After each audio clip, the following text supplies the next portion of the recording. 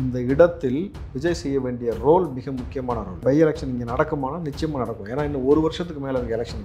விஜய் 2026 இது ஒரு முன்னோட்டமாக எடுத்துக்கணும். நம்ம ஒரு இடத்துல ஆதரவு தெரிவிக்கிறோம்னா அந்த கேண்டிடேட் ஜெயிக்கிறானா இல்லையா, நம்மளுடைய பலத்தை காட்டணும்னு சொல்லி இறங்கணும். இல்லையா நேரடியாக நீங்கள் ஒரே ஒரு முறை முன்னோட்டமாக பிரச்சாரத்துக்கு நீங்கள் போங்க. விஜய் அவர்கள் ஈரோடு எலெக்ஷன் பிரச்சாரத்துக்கு போனால் நீங்கள் யோசிச்சு பாருங்கள் என்ன நடக்கும்ட்டு. இது நீங்கள் பேசுகிறாங்களே சமூக நீதி, இந்த சமூக நீதி அடிப்படையில் காங்கிரஸுக்கு இந்த சீட்டை கொடுப்பாங்களான்னு கொடுக்க மாட்டாங்க. திமுக தான் அந்த இடத்துல இந்த மாதிரி நிற்கும். ஏன்னா திமுகவிற்கு அந்த இடம் 2026 எலெக்ஷனுக்கு மிக முக்கியமான இடம் கொங்கு பகுதின்றதுனால இது அவர்களுக்கு தேவைப்படுகிறது. இருக்க அமைச்சர்லேயே பெஸ்ட் அமைச்சர்னு சொல்லி பாராட்டினது செந்தில் பாலாஜி தான் முதலமைச்சர் பாராட்டினார். ஒரு ஆண்டு சிறை தண்டனைக்கு பிறகு வந்து தன் இருப்பை தக்க வைத்து தன் இருப்பை காட்டுவதற்காக செந்தில் பாலாஜி களங்காணுவார். இந்த இடத்தில் அதிமுக என்ன செய்ய போகிறது, அண்ணாமலை என்ன செய்ய போகிறார், பிஜேபி. ஏற்கனவே கொங்கு மண்டல பகுதியாக இருந்தது அதிமுகவின் கோட்டையாக இருந்தது. அந்த அதிமுகவுடைய கோட்டையை அதிமுகவிலிருந்து வந்த நபரை வச்சு உடைச்சது தான் திமுக. ஒன்று பிஜேபி தன்னை தக்க வச்சு கொள்ளணும். கொங்கு மண்டலத்தில் ஏற்கனவே கோயம்புத்தூரில் வந்து வானதி இருக்கிறாங்க. இப்போ இந்த பக்கம் வந்து ஏற்கனவே அண்ணாமலை கோயம்புத்தூரில் போட்டிட்டு தோல்வி அடைஞ்சிருக்காரு. மறுபடியும் அண்ணாமலை கைப்பற்றணுன்ற ஒரு முனைப்பை காட்டுவான்றதுக்காக தூணு நான் துப்புனை எச்சி வச்சு கட்சி வளர்க்குறாங்கன்றது நேற்று பேசினார். யாருன்னா ராஜீவ்காந்தி சொல்கிறார், நான் வேற துப்புனை எச்சி எடுத்து வச்சு வளர்க்குறீங்கன்ற. அது இப்போ அதிமுக போன முறை மாதிரி பை எலெக்ஷனை புறக்கணிக்கக்கூடாது. இந்த முறை நீங்கள் கேண்டிடேட்டை போடணும். போட்டுட்டு மிகப்பெரிய நெருக்கடி ஏற்படுத்தணும். நெருக்கடி ஏற்படுத்தினால் மட்டும்தான் இந்த திமுக பெருவாரியாக வெற்றி பெற்றுட்டோம் ஒரு சீன் போடுறதா இருக்கட்டும். மக்கள் இவ்வளவு தான் அதிருப்தியில் இருக்கிறாங்க, சேர்த்தவாரி இறைச்சாங்கலாம் சொன்னீங்க, அதெல்லாம் எதுவுமே கிடையாது, என் பொன்னான ஆட்சி கிடைத்து வெற்றி பாருங்கன்னு சொல்லிட்டு இவர் உருட்டுவாங்க. நாங்கள் 2026க்கு அண்ணாமலையே அந்த தொகுதியில் நிப்பாட்டி நாங்கள் ஜெயிக்க வைக்கிறதுக்கான எல்லா வேலையும் நாங்கள் செய்கிறோம் அப்படின்ற மாதிரி ஒரு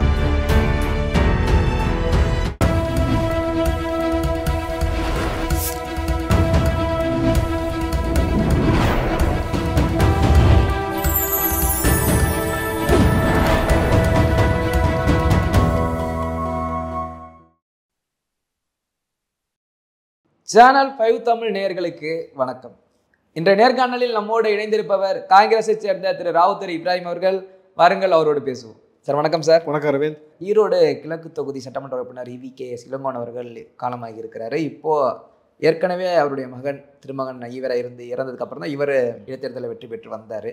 அது மிகப்பெரிய பேசு பொருளாச்சு அவர் வெற்றி பெற்ற போது. இப்போ மீண்டும் இடைத்தேர்தல் அப்படிங்கிற பட்சத்தில் இது வந்து குறிப்பாக விஜயை வைத்து பேசப்படுகிறது. இவர் இறந்த உடனேயே விஜய் வச்சு தான் பேசப்படுது. என்ன காரணம்னா, அப்போது காரணம் சொன்னார், கட்சி ஆரம்பிக்கல வரலன்னு. இப்போ கட்சி ஆரம்பிச்சாலும் இடைத்தேர்தலை சந்திச்சு தான் ஆகணும் அப்படின்னு பேச பொருளாகிட்டு இருக்குது. இந்த நிகழ்வு எப்படி பார்க்குறீங்க? விஜய் அவர்கள் 2026 தான் இலக்குன்னு தெளிவாக சொல்லிட்டாரு. ஆனால் இந்த இடத்தில் விஜய் செய்ய வேண்டிய ரோல் மிக முக்கியமான ரோல். ஏன்னா எலெக்ஷன் முதல்ல பை எலெக்ஷன் இங்கே நடக்குமானால் நிச்சயமாக நடக்கும். ஏன்னா இன்னும் ஒரு வருஷத்துக்கு மேலே இருக்க எலெக்ஷனுக்கு கிட்டத்தட்ட 1.5 வருஷம் இருக்குன்றதுனால அந்த தொகுதியை காலியாக விட்டுருக்க மாட்டாங்க. ஸோ எனக்கு தெரிஞ்ச ஒரு 3 மாதத்து காலத்துக்குள்ளே நீங்கள் அநேகமாக மார்ச் மாதமே நடப்பதற்கான எல்லா சாத்தியக்கூறும் இருக்குது. இந்த இடத்தில் மீண்டும் காங்கிரஸ் போட்டிடுமா? காங்கிரஸுக்கு இந்த சீட்டை வந்து தார்மீக அடிப்படையில் இவங்க பேசுகிறாங்களே சமூக நீதி, அந்த சமூக நீதி அடிப்படையில் காங்கிரஸுக்கு இந்த சீட்டை கொடுப்பாங்களான்னு கொடுக்க மாட்டாங்க. திமுக இந்த முறை நிச்சயமாக காங்கிரஸ் கொடுக்காது. திமுக தான் அந்த இடத்துல இந்த மாதிரி நிற்கும். ஏன்னா திமுகவிற்கு அந்த இடம் 2026 எலெக்ஷனுக்கு மிக முக்கியமான இடம் கொங்கு பகுதின்றதுனால இது அவர்களுக்கு தேவைப்படுகிறது.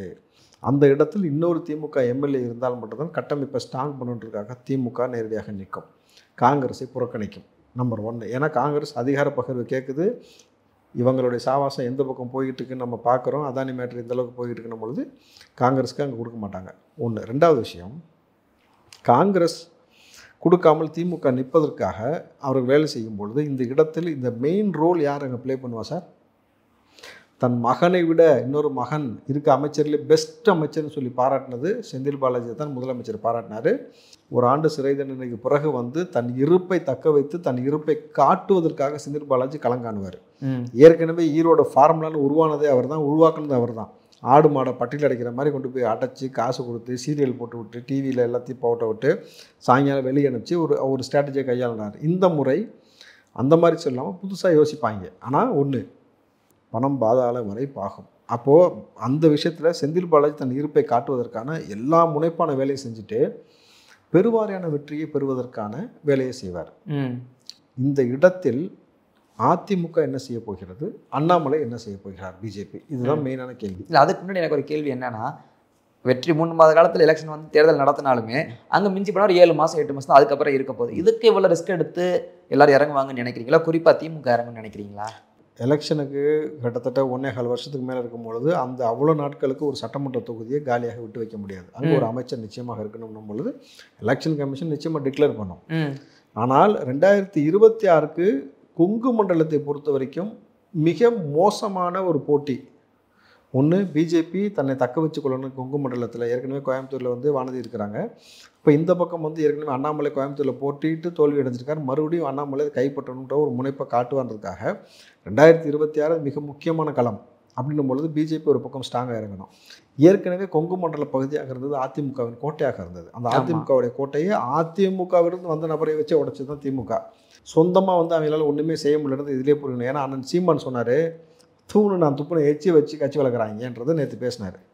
யாருன்னா ராஜீவ்காந்தியை சொல்கிறாரு, நான் வேறான துப்புனை எச்சி எடுத்து வச்சு வளர்க்குறீங்கன்ற. அதுபோல் வந்து அதிமுகவிலிருந்து வெளியே அனுப்பப்பட்ட நபரை வைத்து இங்கே நீங்கள் கொங்கு மண்டலத்தை உடைக்கிறீங்களே தவிர திமுகனால் அங்கே உடைக்கக்கூடிய வேலை செய்வதற்கான தகுதி பெற்ற ஒரு நபரை உருவாக்கலைன்னும் பொழுது இன்றைக்கு நேரடியாக திமுகவை சார்ந்த ஒரு நபரை நிப்பாட்டி அது மூலம் வந்து அங்கே ஸ்ட்ராங் பண்ணாதான் 2026 கலங்கானன்றதுக்காக திமுக இது ஒரு வேலை செய்யும். அப்போது முக்கோண போட்டி.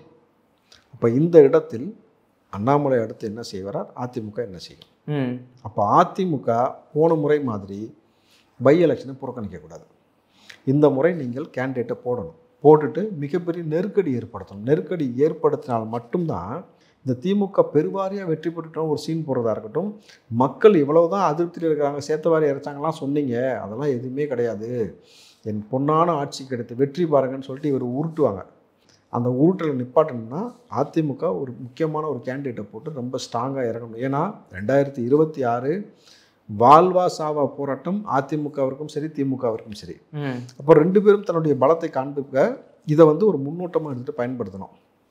இது கூட அண்ணாமலை என்ன செய்வார், கொங்கு மண்டலத்தை அவரும் கைப்பற்றுவதற்கான முனைப்பு இருக்கணும் பொழுது அவரும் ஒரு பக்கம் அக்ரெசிவாக ஒரு ஆளை போட்டு ஒரு வேலை செய்வார். அப்போது ஓட்டு 3 ஸ்பிட் ஆகும். ஆனால் திமுக முழுக்க முழுக்க பணம் கொடுப்பதில் கில்லாடியான வேலையை செய்வார்கள் என்பது நம்ம ஈரோடு எலெக்ஷனில் கண்ணுக்கு தெரிஞ்ச ஒரு விஷயமா இருக்கும் பொழுது இந்த முறை நேரடியாக கலங்கான்றாங்க. போன முறை கிட்டத்தட்ட 18 எனக்கு தெரிஞ்சு 18 எம்எல்ஏ அமைச்சர்கள் எல்லாமே மொத்தமாக போய் உட்காந்துருந்தாங்க. அப்புறம் ஸ்டாலின், உதயநிதியெல்லாம் பிரச்சாரத்துக்கு போனார். இந்த முறையும் அது போன்ற ஒரு விஷயத்தை கையில் எடுப்பாங்க. ஆனால் எது எடுத்தாலும் பணம் கொடுப்பது தான் பிரதானமாக இருக்கும். அந்த பணம் கொடுக்குற விஷயத்தை அதிமுக சார்ந்த நபர்களும் சரி அண்ணாமலை சார்ந்த நபர்களும் சரி ரொம்ப கூர்ந்து எல்லார் கையிலையும் மொபைல் இருக்குல்ல, வீடியோ எடுத்து ஒரு நெருக்கடி ஏற்படுத்தக்கூடிய வேலையை நீங்கள் செய்யணும். அப்படி செய்கிறீங்களா? செய்யாமல் திமுக நேரடியாக பிஜேபி போய் சரணடைஞ்சு இந்த முறை எந்த நெருக்கடியும் எங்களுக்கு கொடுக்காதீங்க, நாங்கள் இந்த முறை ஜெயிக்கிறதுக்கான வேலைக்கு உதவி செய்யுங்க, நாங்கள் 2026க்கு அண்ணாமலையை அந்த தொகுதியில் நிப்பாட்டி நாங்கள் ஜெயிக்க வைக்கிறதுக்கான எல்லா வேலையும் நாங்கள் செய்கிறோம் அப்படின்ற மாதிரி ஒரு அஜெண்டா பேசுகிறாங்களான்னு தெரியாது. அதற்கு அண்ணாமலை ஒத்துப்பறான்னு தெரியணும் நமக்கு. ஏன்னா 2026 வரைக்கும் வந்து இவர்களை விட்டுட்டு நம்ம இதே மாதிரி போனோம்னாக்கா திமுக நல்லா தெரியும் தன்னை சார்ந்து யாரையும் வாழவும் விடாது வளரவும் விடாதுன்ட்டு. ஆலமரத்தை சுற்றிலையும் எந்த மரத்தையும் வளர விடாமல் பார்த்துக்கிறது தான் ஆலமரத்தோடைய வேலை அப்படின்னும் பொழுது இந்த அரசியல் அண்ணாமலைக்கு புரியும். அப்போ இந்த முக்கோண போட்டி இதில் விஜயோட ரோல் எங்கே ப்ளே பண்ணணுன்னாக்கா, நீங்கள் நேரடியாக நிற்கலன்னு சொல்லிட்டீங்க, யாருக்கு ஆதரவு அதை வெளிப்படையாக சொல்லணும். இல்லையா மறைமுகமாக உங்கள் கட்சி நபர்களுக்கு நீங்கள் வந்து ஒரு ஆர்டர் போடணும், இந்த முறை இந்த கட்சிக்காக இறங்கி வேலை செய்யுங்க, திமுகவை முடிச்சு வருவதற்கான வேலை செய்யுங்கன்னு சொல்லி விஜய் 2026க்கு இது ஒரு முன்னோட்டமாக எடுத்துக்கணும். நம்ம ஒரு இடத்துல ஆதரவு தெரிவிக்கிறோம்னா அந்த கேண்டிடேட் ஜெயிக்கிறானா இல்லையா, நம்மளுடைய பலத்தை காட்டணும்னு சொல்லி இறங்கணும். இல்லையா நேரடியாக நீங்கள் ஒரே ஒரு முறை முன்னோட்டமாக பிரச்சாரத்துக்கு நீங்கள் போங்க. விஜய் அவர்கள் ஈரோடு எலெக்ஷன் பிரச்சாரத்துக்கு போனால் நீங்கள் யோசிச்சு பாருங்கள் என்ன நடக்கும்ட்டு. என்ன மாதிரியான ஒரு பெரிய அதிர்வலை ஏற்படுத்தும், எவ்வளோ க்ரௌடு உருவாகும்.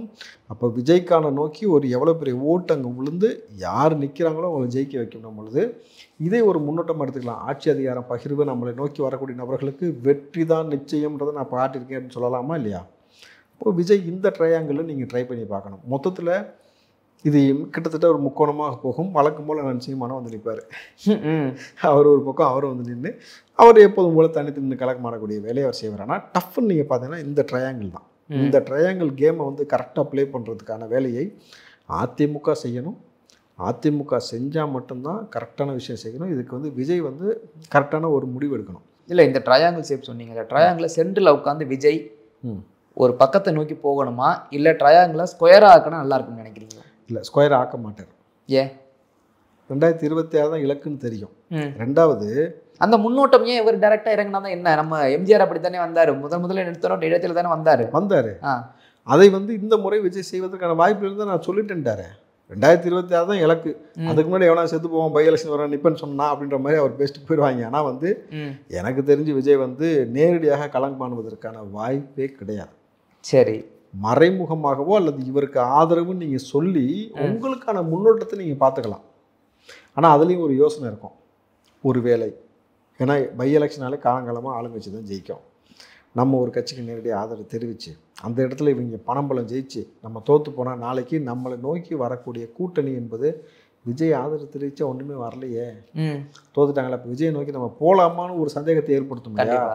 அதை யோசிக்கும் பொழுது விஜய் இந்த நகர்த்துவாரா, இல்லை வழக்கம் போல் இல்லை 2026 தான் என் இலக்கு, இது நான் யாருக்கும் ஆதரவும் இல்லை, நான் நேரடியாக களம் காணவும் இல்லைன்னு சொல்லிட்டு ஒதுங்கிறதுக்கான வாய்ப்பு தான் பெருவாரியாக இருக்குது. ஏன்னா இந்த கேமை பொறுத்த வரைக்கும் இப்படி தான். ஏன்னா 2026 உங்களுக்கு ஒரு பெரிய கூட்டணி அமையும், பெரிய பொருட்செலவு பணச்செலவு எல்லாமே. ஆனால் இந்த ஒரு கேள்வியும் தொடர்ந்து வரும்ல, விஜய் நிக்கலாட்டி ஏன் பயப்படுறாரு ஏன் எலெக்ஷனுக்கு வரணும்லாம் எதுக்கட்டு கேள்வி கேட்பாங்கல்ல. கண்டிப்பாக கேட்குறவங்க 1000 கேட்பாங்க. ஆனால் நாங்கள் ஆரம்பத்திலே சொல்லிட்டோங்க 2026 தாங்க முடிச்சிருவாங்க. அவங்க கட்சி சார்பாக ரொம்ப சிம்பிளாக முடிச்சிருவாங்க. ரைட், அவ்வளோதான் முடிச்சிருவாங்க. ஏன்னா இவங்க சொல்கிற ரைட்டு மக்களுக்கு என்ன வந்துடாதா, என்ன ஒரு இடத்துல சந்திக்க முடியல, அப்போ தைரியம் இல்லை, கேள்வி கேட்க மாட்டாங்களா? ரொம்ப சிம்பிள், கட்டமைப்பே நான் போடலை இல்லை அப்படின்னுவாரு. மாவட்ட செயலாளர் இன்னும் போடலை, சரி, மாநில பொறுப்பாளர் போடலை, சரி, நான் எப்படி எலெக்ஷன் சந்திக்க முடியும்? நான் 2026 நோக்கி தான் நான் பிளான் பண்ணி எல்லாம் செஞ்சுக்கிட்டு இருக்கேன். ஜனவரியில் மேலே தான் நான் மாவட்ட செயலாளர் போட போகிறேன். அது 100 மாவட்ட செயலாளர் தான், 234 தொகுதியும் கிடையாது. அப்போ 234 தொகுதி நான் போகிறதுனா எனக்கு ஒரு 6 மாத காலம் வேணும். அப்புறம் மாநில பொறுப்பாளர் மண்டல பொறுப்பாளர் எல்லாம் போடணும் பொழுது கட்டமைப்பு இல்லாமல் நான் களம் கால்வதற்கு நான் தயாராக இல்லைன்றதை நான் வெளிப்படையாக சொல்கிறேன்னு பிடிச்சிருவாங்க. அப்போது நியாயமாக இருக்கும்ல, காரணம் நியாயமாக இருக்குது. ஆமாப்பா யாருமே இல்லாமல் எப்படிப்பா அப்படின்ற மாதிரி சிம்பிளாக முடிஞ்சிடும். அதனால் வந்து விஜய் எனக்கு தெரிஞ்சு மறைமுக ஆதரவை தெரிவிப்பது ரொம்ப நல்லது. அந்த யுக்தியை கையாளணும். வெளிப்படையாக சொல்ல தேவையில்லை, எலெக்ஷனுக்கு நீங்கள் போக தேவை. மறைமுகத்தை தாண்டி இவர் நேரடியாக ஆதரவு தரன்னு வச்சுக்கோங்க. அதிமுகவுக்கு தான் இப்போதைக்கு யாரையும் குறை சொல்லாமல் இருக்காங்கன்னா அதிமுக பற்றி எந்த ஒரு குறையும் சொல்லலை. அதிமுகவுக்கு இன்றைக்கி ஆதரவு தர்றாரு அப்படின்னா அதிமுக நிலை என்ன? கண்டிப்பாக ஒரு பாசிட்டிவ் எனர்ஜி அந்த பக்கம் வரும்ல எடப்பாடி தரப்புல இருந்து. வெளிப்படையாக ஆதரவு தெரிவிக்க மாட்டார். நான் சொல்லிட்டேனே, பை எலெக்ஷனை பொறுத்த வரைக்கும் பணம் பாதாளம் வரைக்கும் பாயும். நீங்கள் நம்ம ஊர் மக்கள்கிட்ட ஒரு பிரச்சனை இருக்குது. அவர் கட்சியில் அரசியலில் எவ்வளோ நாள் விஜய்க்கு வந்திருக்காரு, எவ்வளோ புரிதல் இருக்காரு தாண்டி 15 வருஷமாக நம்ம இருக்கிற நான் பார்க்குற அரசியலை என்னதான் எதிர்ப்பு தெரிவிப்பாங்க, பயங்கரமாக பேசுவானுங்க. 1000 ரூபா வாங்குற நிலைமையில தான் மக்கள் இருக்காங்க பொழுது அன்னைக்கு அவனுடைய வாழ்வாதாரத்தை கடத்தி கொண்டு போனால் தான் உயிர் வாழ்ந்தால் தான் 2026 ஓட்டு போடுறதுக்கு இருப்பான். இன்றைக்கி அவன் வாழ்வாதாரத்தை கடத்துறதுக்கு ஒரு ஓட்டுக்கு 10,000 ரூபா கொடுக்குறீங்க, கூட கொலுசு மோதல்னு கொடுக்குறீங்க. இவன் இதை வாங்குவானா வாங்க மாட்டானா? கண்டிப்பாக. இதை வாங்கிட்டானா நம்ம ஊருக்காரனுக்கு ஒரு பிரச்சனை இருக்குது. காசு வாங்கிட்டு நம்ம நேர்மையாக ஓட்டு போடணும்னு நினைப்பான். நேர்மையாக காசு வாங்க கூட நினைக்க மாட்டான். காசு வாங்கிட்டு நம்ம நேர்மையாக அந்த கட்சிக்கு ஓட்டு போடணும்னு போய் போட்டு விட்டு போயிடுவான். அப்படின்னும் பொழுது திமுக பெருவாரியாக ஜெயிப்பதற்கான வாய்ப்பு இருக்கணும் பொழுது இந்த ரோலை வந்து டைரெக்டாக விஜய் ப்ளே பண்ணாமல் இருக்கிறது ஸ்மார்ட் மூவாக இருக்கும். டைரெக்டாக ப்ளே பண்ணக்கூடாது. மறைமுகமாக யாருக்கு ஆதரவுன்றதை சொல்லி உங்கள் கட்சி நம்மளை இறங்கி வேலை செய்ய சொல்லுங்கள். திமுக நெருக்கடி ஏற்படுத்துங்க. உங்களுடைய பலத்தை நீங்களே சுய பரிசோதனை செய்து பார்த்துக்கொள்ளுங்கள். இடைத்தேர்தலே இந்த அளவுக்கு திமுக இறங்கும் அப்படின்னு சொல்கிறீங்கன்னா, இடைத்தேர்தலை வைத்து அடுத்த 2026 தேர்தலில் விஜய் கட்டமைப்பெல்லாம் சரியாக அமைச்சு வந்தாலும் இதை விட பெரிய ஒரு தாக்கத்தை திமுக ஏற்படுத்திடாதா? விஜயை தாங்கிட மாட்டாரா? அதுக்கு தான் ஆதவர்ஜனை வச்சு இப்போ கேம் பிளே பண்ணுறது. ஆதவர்ஜனை வெளியில் அனுப்பணும்னு நினைக்கிறதா இருக்கட்டும், ஆதவர்ஜனை வச்சு திமுகக்குள்ள இருக்க ஆதவர்ஜனை விடுதலை சிறுத்தைக்குள்ளே புகுத்தி விடுதலை சிறுத்தையை உடைக்க நினைச்சாங்க. இப்போ விடுதலை சிறுத்தையை விட மோஸ்ட் பிரச்சனை வந்து விஜய் தான் தெரிஞ்சதுக்கப்புறம் விஜய் கட்சிக்குள்ளே அனுப்புறதுக்காக தான் ஆதவர்ஜனை திமுக தயார்படுத்தி இவ்வளவு வேலைகளை செய்து கொண்டிருக்கணும் பொழுது திமுக ஜெயிப்பதற்காக எதுவும் செய்யும். பெரியாரும் சொல்லியிருக்காரு பதவிக்காக அப்படின்னும் பொழுது என்ன வேணால் செய்வார்கள்னும் பொழுது எந்த எக்ஸ்ட்ரீமுக்கு அவங்க போவாங்க. அரசியல் என்பது யுத்த களம். களத்தில் எவன் வீரனோ அவன் தான் வெற்றி பெற முடியும். அதில் உங்களுடைய புத்திசாலித்தனமான நகர்வை பொறுத்து வெற்றி வாய்ப்பு அதிகமாக இருக்கணும் பொழுது லெட்ஸ் ப்ளே, வாங்க விளையாடுவோம், அதுக்கப்புறம் தான் முடிவு செய்ய முடியும். பல்வேறு கேள்விகளுக்கு நேரத்தை ஒதுக்கி பகிர்ந்து மிக ரொம்ப நன்றி. தொடர்ந்து பேசுவோம். நன்றி அரவிந்த்.